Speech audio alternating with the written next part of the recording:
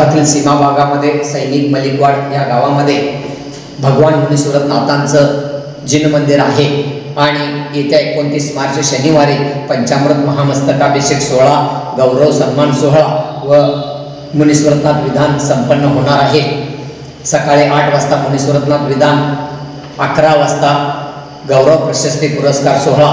या सोहळ्यासाठी दिव्य सान्निध्य व आशीर्वचन परमपूज्य स्वस्ती श्री सौरभ सेन भट्टारक पट्टाचार्य महास्वामीजी तिजारा आणि प्रमुख अतिथी मनोज जैन IAS सेक्रेटरी कर्नाटक सरकार यांच्या उपस्थितीमध्ये समाजसेवा गौरव पुरस्कार सोहळा संपन्न होणार आहे।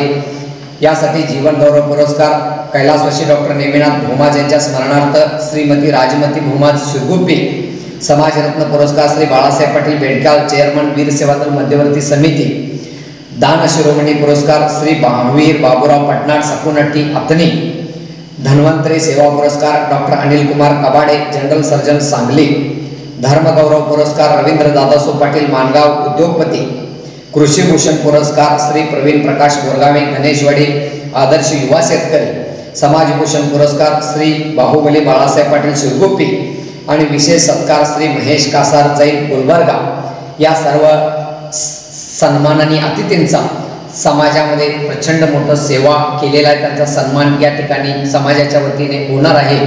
आणि बरोबर 12:30 वाजता भगवान मुनीश्वरनाथ तीर्थंकरांचं पंचामृत महामस्तकाभिषेक सोहळा संपन्न होणार आहे। ही एक मूर्ती अतिशयकारी आणि चांगली आणि आपल्या जीवनाच्या दृष्टीनं अत्यंत महत्त्वाची अशी मूर्ती आहे।